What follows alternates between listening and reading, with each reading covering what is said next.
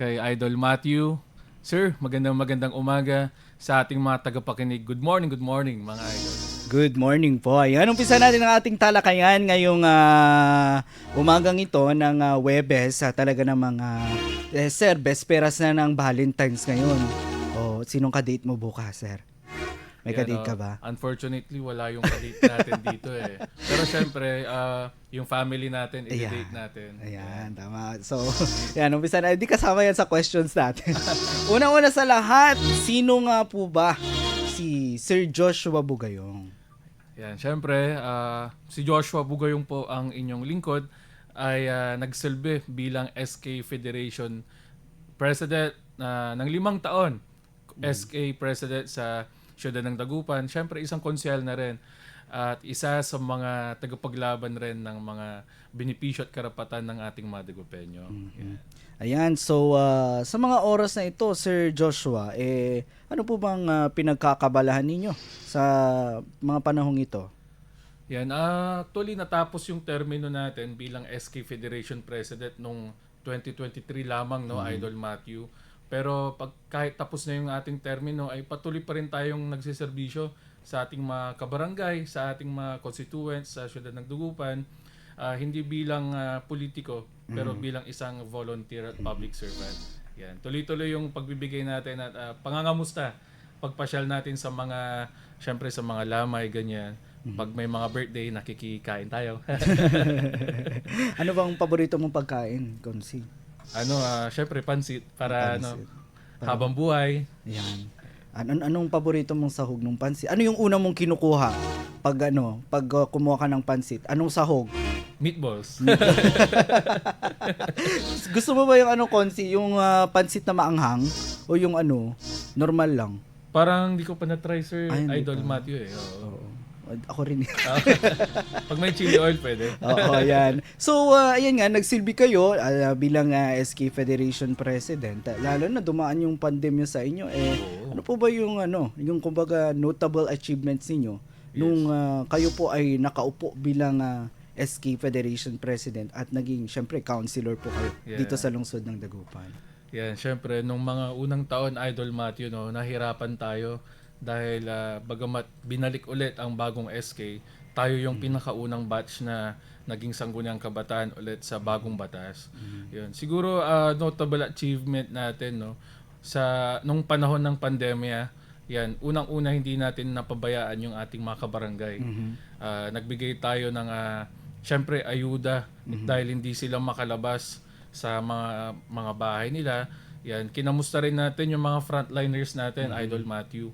Sila yung mga unang rumeresponde at syempre hindi ko pwedeng kalimutan ng hindi talaga makakalimutang legasiya ng inyong lingkod ay yung nailusot natin yung budget, no, ng 2023 sa Siyudad ng Dagupan, kung saan nakapaloob dito, Idol Matthew, na pinasa at ipinaglaban rin natin ang mahigit kumulang additional na 2,500 at kabuuang 5,000 na kabataang scholar Dami. ng ating Siyudad ng Dagupan. Yan.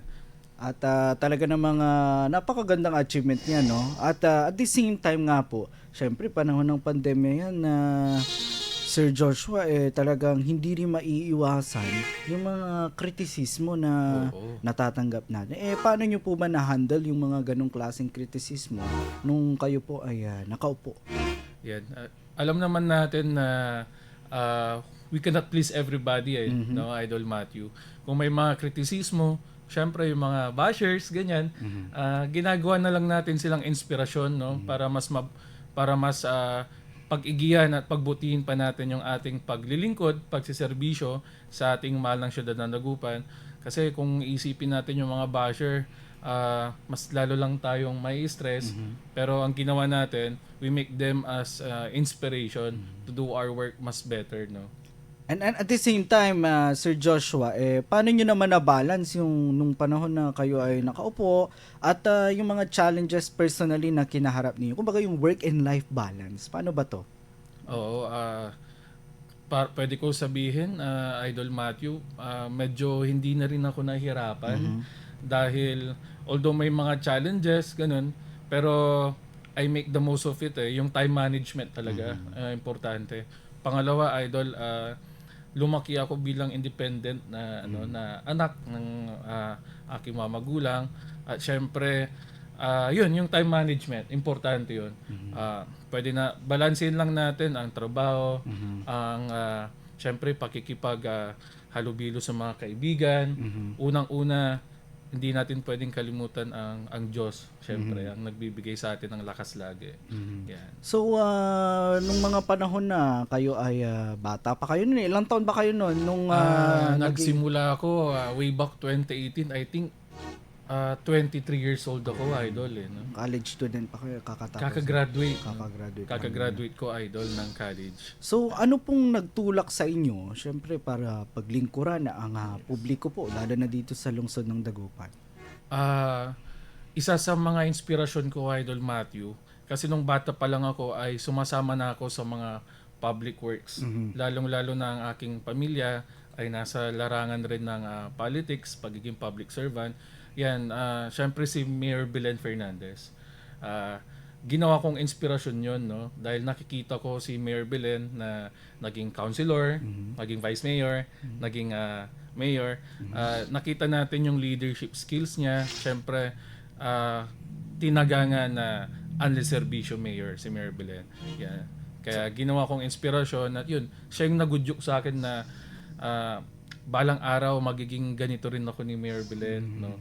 Kumbaga yung puso sa pagsiserbisyo, syempre yung pangangamusta lagi sa barangay. Yan yung mga nakita kong mga isa sa mga factor na masarap magsilbi. Masarap paglingkuran ng ating mga taong bayan. So merong chance, sir.